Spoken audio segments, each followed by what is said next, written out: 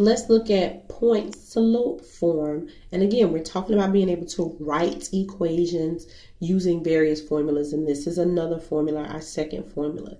In this formula, we are replacing the y1, the m, and the x1. Those would be the things that we replace. So we're replacing 3 numbers this time.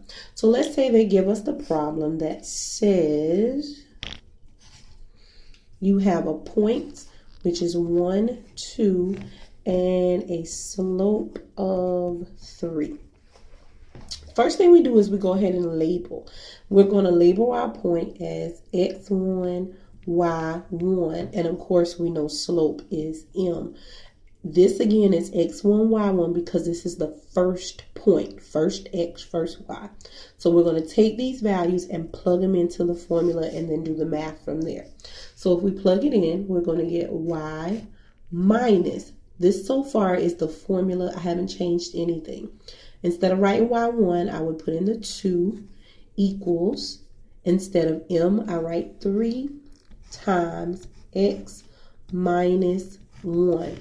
Again, everything in this formula is the exact same except for x1, m, and x1. Excuse me, y1, m, and x1. Everything else stays the same except that.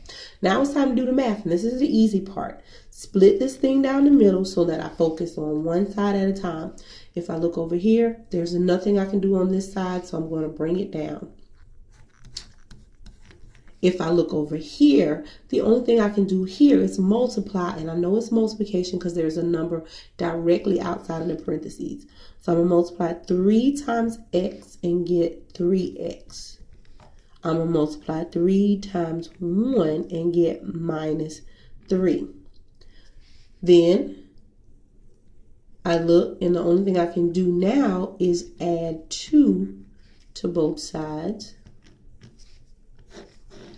The 2's, of course, cancel out. So y has to equal 3x minus 1. And there is my final answer.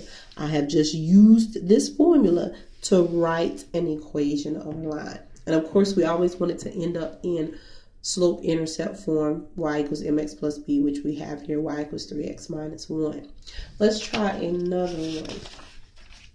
Let's say we have the example -4 and -1 and m equals 1/4.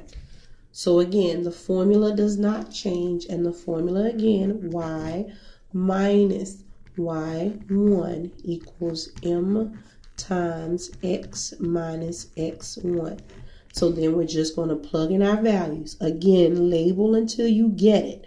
This is x1, this is y1, and of course this is m. So the only thing I'm replacing in the formula, y1, m, and x1. So let me plug in my values.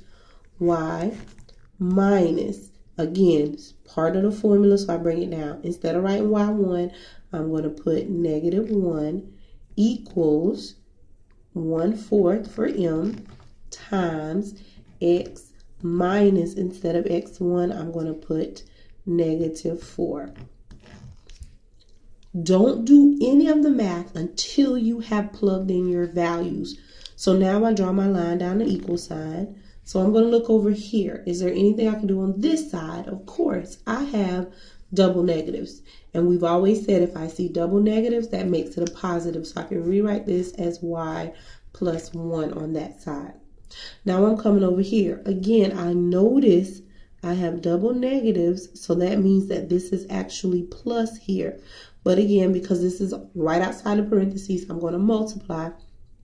1/4 times x is going to give me 1/4 x. 1/4 times 4 is going to give me plus 1.